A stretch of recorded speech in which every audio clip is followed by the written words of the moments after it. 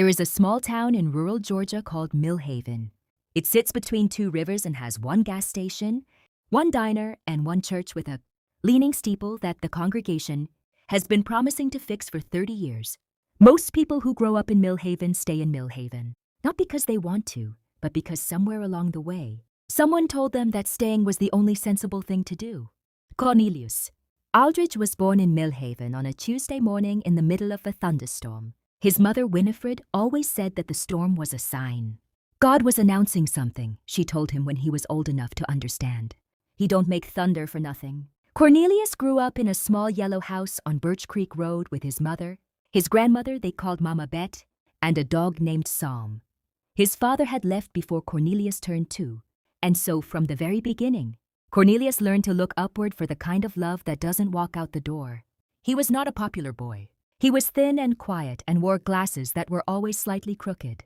He liked to read the Bible not because someone forced him to, but because the stories made him feel like the world was bigger than Millhaven. He loved the story of Joseph most of all. He read it so many times the pages in that section of his Bible turned soft and yellow like old banana peel. Something about Joseph, a boy with a dream and a coat and a pit and made Cornelius feels seen in a way that nothing else did. By the time Cornelius was 14, he had a dream of his own. It started the way most real things start, quietly. He was sitting in the back of Pastor Dwight Calloway's Sunday school class when the pastor asked the children what they wanted to be when they grew up. Kids shouted out the usual things: footballer, nurse, teacher, firefighter. Then it got to Cornelius, and he straightened in his chair and said, without a trace of embarrassment, "I want to build a company that feeds poor communities. I want to be a businessman for God." The room went quiet for a moment. Then Terrence Mobley, who was 15 and already thought he knew everything, burst out laughing. "A businessman?" he said. "Cornelius, you can't even afford new glasses." The other children laughed too. Not all of them, but enough. Enough to make the sound fill the room and press against Cornelius like something heavy. Pastor Calloway quieted them down, but the damage was done. The laughter had landed somewhere inside Cornelius, and it would stay there for a long time, like a splinter buried too deep to pull out with your fingers. Over the years, the mocking did not stop. It grew with him like a shadow. When Cornelius was 16, he told his uncle, Reginald Aldridge, a big man who drove trucks and smelled always of diesel and peppermint, that he was planning to apply to a business program at a university in Atlanta. Reginald looked at him the way you look at someone who just said they plan to fly by flapping their arms. "Boy," Reginald said, setting down his coffee cup, "your mama works at a laundry. We don't have business people in this family. We have workers. Ain't nothing wrong with being a worker. You need to be realistic." Cornelius nodded politely. But that night, alone in his room, with Psalm curled at his feet, he opened his Bible to Genesis 37 and read about Joseph again. He read how Joseph's brothers stripped him of his coat and threw him in a pit. And he noticed something he had never quite focused on before. The Bible says, right after they threw Joseph in, the brothers sat down to eat. They threw their brother in a hole and sat down for lunch. They were that unbothered by his suffering, that convinced they had ended his story. Cornelius closed the Bible and prayed one of the most honest prayers of his life. "Lord, I don't know if I'm a Joseph. I'm not even sure I'm anything special. But I believe you put this dream in me, and I'm going to need you to protect it, because the people around me keep trying to bury it. Don't let them bury what you planted. Amen." He applied to Morris Brown College in Atlanta. He got in. He got a small scholarship. He got a part-time job at a copy shop near campus and spent his lunch breaks reading books about entrepreneurship, marketing, and agriculture. He was studying business, but his mind was always circling back to that dream, feeding poor communities, making food accessible, doing something that mattered. His roommate freshman year was a lanky boy from Tennessee named Beaumont Strather, who played guitar badly and ate chips at midnight and became the best friend Cornelius had ever had. Beaumont was a believer too, the kind who prayed with his eyes open and laughed loudly during worship when the Spirit moved him. He did not think Cornelius was foolish. He thought Cornelius was called. "You know what your problem is?" Beaumont said one evening, watching Cornelius stare at his business plan notebook. "You still hear all those voices. Terrence Mobley, your Uncle Reginald, all them folks back in Millhaven. You hear them louder than you hear God." Cornelius was quiet. You got to learn, Beaumont continued, picking a chord badly on his guitar, to turn down the volume on people and turn up the volume on the Lord. It sounds simple when you say it. It is not simple when you live it. After college, Cornelius moved into a one-bedroom apartment in Decatur, Georgia. He had $1847 in his bank account, a business plan in a green folder, and a name for his dream, Harvest Reach. The idea was straightforward. He wanted to create a distribution company that would take fresh produce from local farmers and deliver it affordably to food. Deserts, neighborhoods, where grocery stores were rare and fast food was everywhere. He had seen it in Mill Haven. He had watched his grandmother boil dried beans 4 nights a week because fresh. Vegetables were expensive and far away. He wanted to fix that. He tried to get a loan from 3 banks. All 3 said no. He pitched to 7 investors over 2 years. 6 passed. One told him very kindly that his idea was admirable but not profitable. You can't run a charity like a business, the man said. Cornelius drove home that night and sat in his car outside his apartment for 40 minutes. He did not cry right away. He just sat there, watching the rain hit the windshield. And he thought about the pit. Joseph's pit. No water in it. Just stone walls and darkness and the distant sound of his brothers eating bread. Then he did cry. Hard. The kind of crying that comes from somewhere. Deeper than sadness and from exhaustion, from disappointment, from the terrifying possibility that maybe everybody was right and he was just a foolish, thin boy from Mill Haven with crooked glasses and borrowed faith. When he was done, he wiped his face with his sleeve and said out loud, "To no one visible, God, I still believe you. I don't feel it right now, but I believe it." That is faith, not the feeling. The decision. The break came on a Thursday, the way most blessings do, unexpected and ordinary looking at first. Cornelius was volunteering at a community food pantry in East Atlanta, something he did every 3rd Saturday, when he met a woman named Dorothea Sims. Dorothea was 70 years old, wore a bright orange head wrap, and had the kind of eyes that looked like they had seen, suffering up close and refused to be made bitter by it. She ran the pantry and had been doing so for 22 years. They started talking. Cornelius told her about Harvest Reach. She listened, the way people rarely listen, with her full face and her full attention. When he finished, she said, "I have a nephew. His name is Fletcher Vance. He runs an agricultural investment fund out of Charlotte.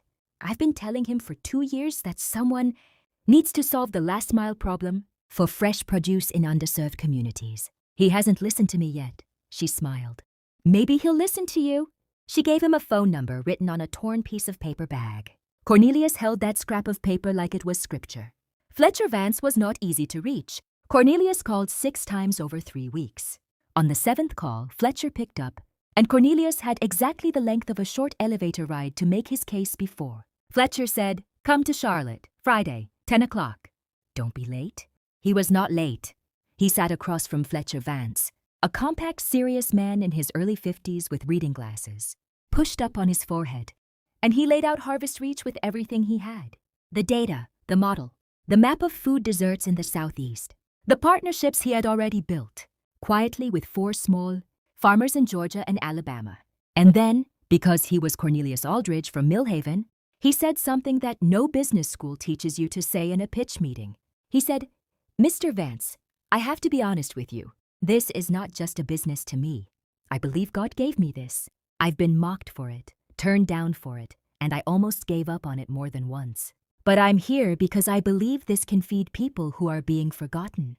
And I believe that matters to God, so I believe it can matter to the market too." There was a silence. Fletcher looked at him for a long moment. Then he said, "My mother grew up in a food desert in Mississippi. She had diabetes by the time she was 52 because of what she ate growing up. Not because she was careless, because she had no choices." He took off his glasses and cleaned them slowly. "I've been waiting for someone to walk in here with this idea and actually mean it. How much do you need to start?" Fletcher Vance invested $400,000 in Harvest Reach. Within 8 months, Cornelius had signed contracts with 11 farmers, established 2 distribution hubs in Atlanta and Birmingham, and was delivering fresh produce at reduced cost to 19 communities across Georgia, Alabama, and South Carolina. Local churches became distribution partners. Schools joined the network. A small grocery cooperative in Macon, Georgia credited Harvest. reach with changing what their customers could afford to put on the dinner table. By the end of year 3, Harvest Reach had revenues of $4.2 million. By year 5, Cornelius was operating in 8 states, employing 140 people, and had been featured in Forbes, Black Enterprise, and a Sunday morning segment on a national Christian television network where he sat under studio lights and said plainly, "Every door that closed on me was God's protection. Every no was God saying, not yet, not this way, not this person.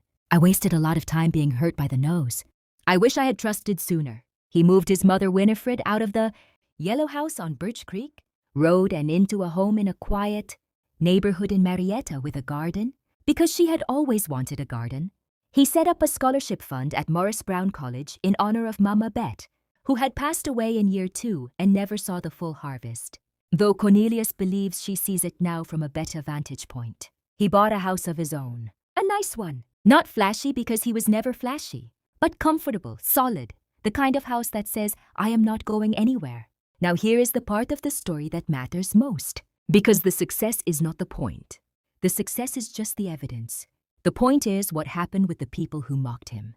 Terrence Mobley, who laughed first in that Sunday school room, reached out to Cornelius through a mutual contact when Harvest Reach was 4 years old.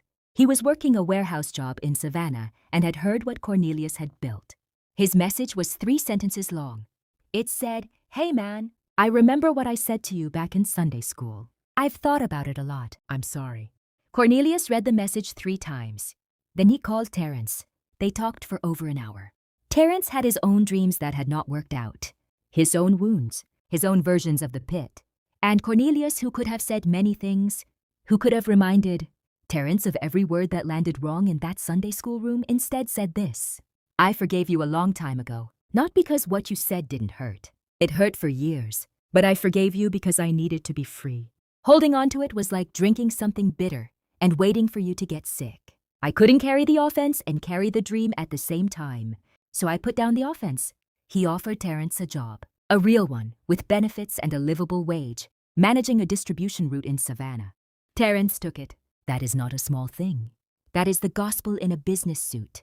His uncle Reginald came to one of Cornelius's speaking events at a church in Macon 3 years after. Harvest Reach went national. He sat in the 3rd row and did not tell anyone he was the speaker's uncle. After Cornelius finished speaking, Reginald waited until almost everyone had left. Then he walked up slowly. This big man who always smelled of diesel and peppermint, and he had tears running down his face that he was not doing a very good job of hiding. "I told you to be realistic," Reginald said. "I meant well. I thought I was protecting you." Cornelius hugged him, long and real. "I know, Uncle Reg, I know. I was scared for you," Reginald said into his shoulder. "Because I was scared for myself. I gave up on my own dreams before anyone could tell me no. And when I saw yours, I couldn't stand to watch. So I said what fear says. I'm sorry." This is one of the most important lessons buried in this story. The people who mock your dreams are often mourning their own. The cruelty is rarely about you. It is about something broken in them, some dream that got buried or beaten or abandoned. So long ago they forgot it was ever alive. When you succeed, you don't just prove them wrong. Sometimes, by the grace of God, you set something free in them too. Cornelius Aldridge still goes to church in a building with a leaning steeple, though these days it's a larger congregation in Atlanta. He still reads Genesis 37. He has a framed print on the wall of his office that shows a pit in the ground with light pouring into it from above. And beneath it, handwritten in his own script, are the words, "What you mean for evil, God means for good." He speaks to young people when he can. He tells them things that take courage to say out loud. He tells them that the dream inside you is not your idea. It is God's investment in the world, and He chose you as the location. You don't own it. You steward it. And because it belongs to God, people cannot ultimately kill it, no matter how loudly they laugh or how firmly they shut the door. They can delay it. They can make it harder. They can cost you sleep and confidence and years of second-guessing, but they cannot stop what God has decided to do. He tells them that comparison is a trap. You are not Joseph, he says. You are not me. You are exactly and precisely yourself, and God has a custom-made plan for that exact person. Stop trying to walk someone else's timeline. Stop looking at what age someone else achieved what they achieved. God is not running late on your life. He is running on purpose. He tells them that forgiveness is not optional. You cannot carry bitterness and breakthrough at the same time. Something has to be put down. And bitterness is heavier than it looks. It looks like anger, but it weighs like a stone. Put it down. Not for them, for yourself, for the dream, for the God who forgave you everything and asks you to pass a little of that grace along. He tells them that waiting is not wasting. Some of you are in the pit right now. You did everything right and it still went wrong. You prayed and the door still closed. You trusted and the money still didn't come. You believed and the person still said no. Let me tell you something about the pit. Joseph went from the pit to Potiphar's house to prison before he ever saw the palace. 3 locations of suffering before 1 location of glory. And every single stop was necessary. Every delay was developing something in him that the palace required. God doesn't waste pits. He uses them. There is one more thing Cornelius always says, and it is perhaps the most important of all, so listen carefully. He says, when you get to your place of blessing, when the thing God promised finally comes and you are standing in it, and the numbers are real, and the dream is no longer a notebook and a prayer but an actual, living thing, don't forget where you came from. Don't forget Millhaven. Don't forget the yellow house. Don't forget the closed doors and the people who laughed and the nights you sat in your car and cried until you ran out of tears. Don't forget, not so you can be bitter about it, but so you can be grateful. Gratitude is the thing that keeps success from turning into pride. And pride is the thing that makes successful people fall harder than they ever rose. He pauses when he says this. He looks out at whatever room he is in. God didn't bless me so I could be impressive. He blessed me so I could be useful. The millions are not the testimony. The meals that reached families in food deserts, that is the testimony. The mother in Birmingham who told me her daughter had fresh strawberries for the first time, that is the testimony. The warehouse worker in Savannah who used to mock my dream and now helps deliver it, that is the testimony. Use what God gave you. Use it loudly. Use it generously. Use it in a way that makes people look past you and toward the God who gave it. If you are reading this and you have a dream that people have laughed at, I want to say something directly to you. You are not foolish. You are not naive. You are not too poor or too late or too ordinary. You are a person with a God who specializes in doing extraordinary things through ordinary people who are simply willing to keep going. The laughter is not the verdict. The closed door is not the final answer. The empty bank account is not the end of the sentence. It might just be a comma. And if you are reading this and you have been the one who laughed at someone else's dream, whether out of fear or jealousy or the reasonable-sounding voice of so-called practicality, it is not too late to be different. It is not too late to say I'm sorry. It is not too late to become someone who waters dreams instead of drowning them. The same God who restored Cornelius is the God who restores the people who hurt him. That is not weakness. That is one of the most staggering things about grace. It refuses to stay in one direction. Winifred Aldridge sits in her garden in Marietta on slow Sunday mornings. She grows tomatoes, collard greens, and sunflowers tall enough to look over the fence. She drinks her coffee, and sometimes she talks to God the way old women talk to someone they've known long, enough to be completely honest with. She says, Lord, you were right. He had something in him. I always believed it. Thank you for protecting it when the world tried to take it. And somewhere in that garden, in the warm Georgia air and the morning light pressing through the leaves, I believe God smiles because he always knew. He always knows. And he is not finished yet. You intended to harm me, but God intended it for good, to accomplish what is now being done. Genesis 50:20.